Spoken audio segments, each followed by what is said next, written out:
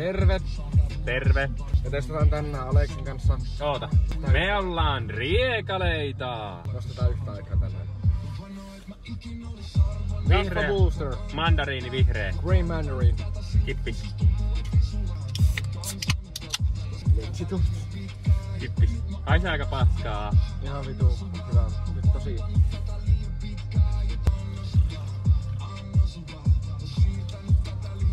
Ui rutto.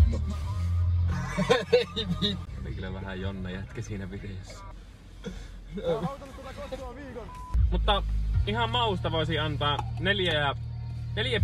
4,2 kautta 100. Ei kun 5. Annetaan 0-100. Ok. Piste. 82. Kautta 100. 74 kautta 100. Mulla menee oikeesti varmaan top 3 juomia ainakin tälle Mitä helvet? vuojaisissaan. Vitut. No mieti. No ei varmana mene. Mieti mitä juomia on olemassa.